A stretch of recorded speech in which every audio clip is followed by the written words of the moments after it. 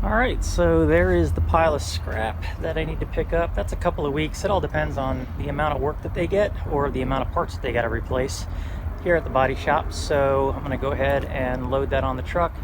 So I can take these pallets if I want them, and I'm trying to decide if it's something that I can use or not. There's more over here. These ones are pretty nice. Wondering if I could use those for my new storage bins. I'm still trying to figure that out, but some pretty nice wood there.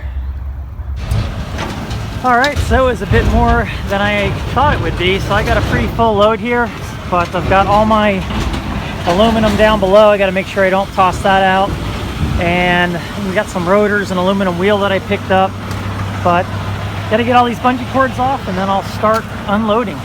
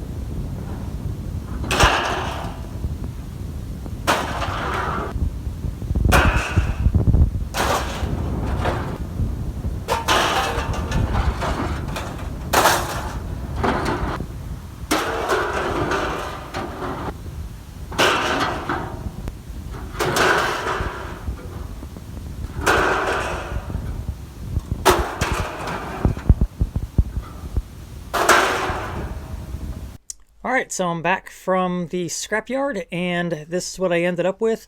So I had 760 pounds of shred, and I am getting 7 cents a pound now, so that went up a little bit.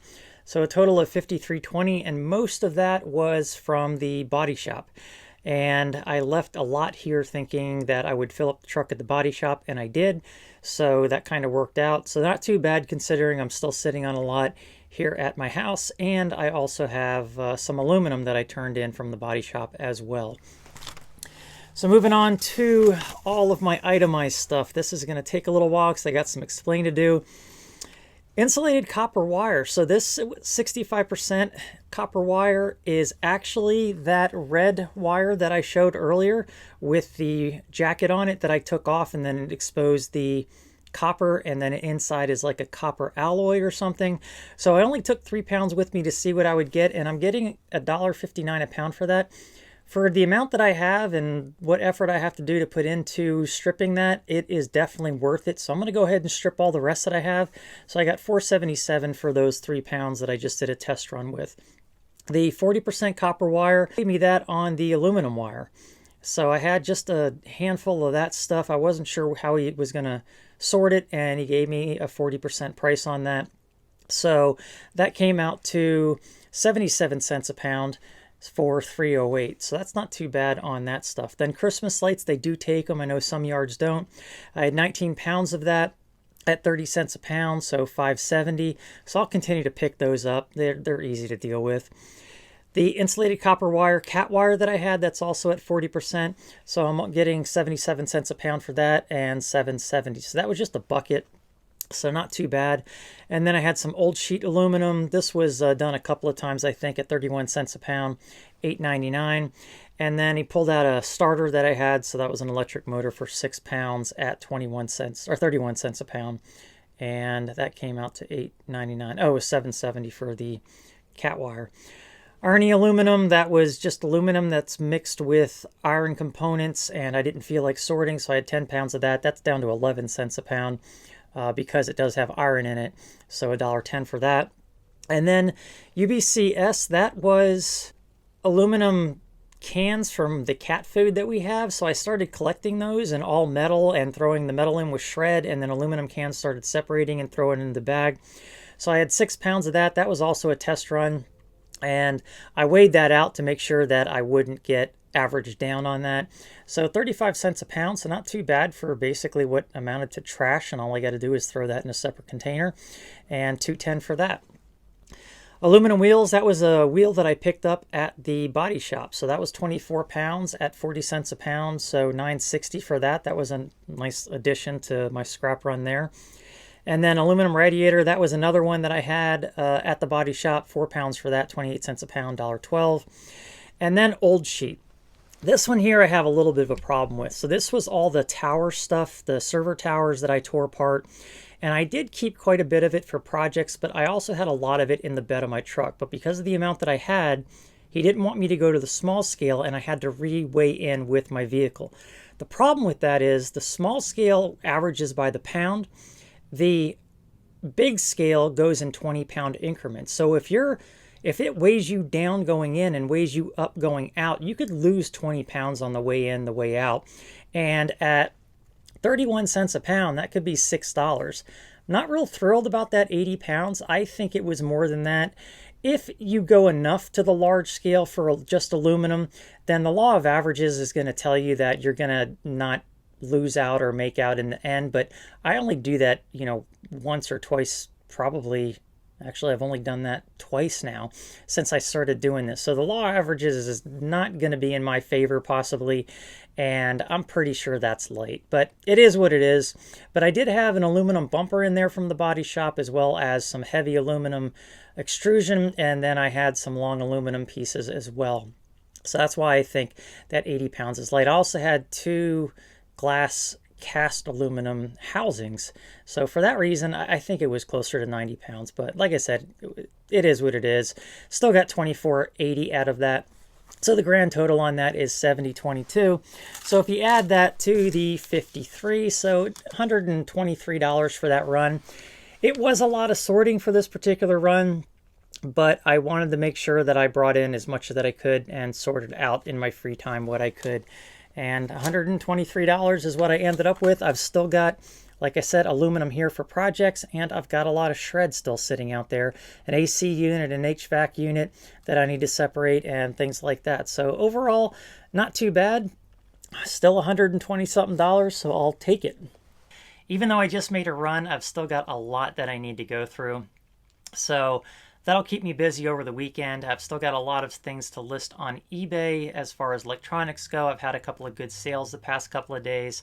So that's just going to keep adding to the number. I know the itemized number was low from the scrapyard this time, but I didn't bring in any brass or copper and high ticket items. So maybe I'll do that next week if I have enough. And hopefully I'll have enough shred to justify a trip to the scrapyard next week. So we'll see how that goes. But until then, thanks for watching. Hit the like, dislike button, whatever it might be, and I'll talk to you later.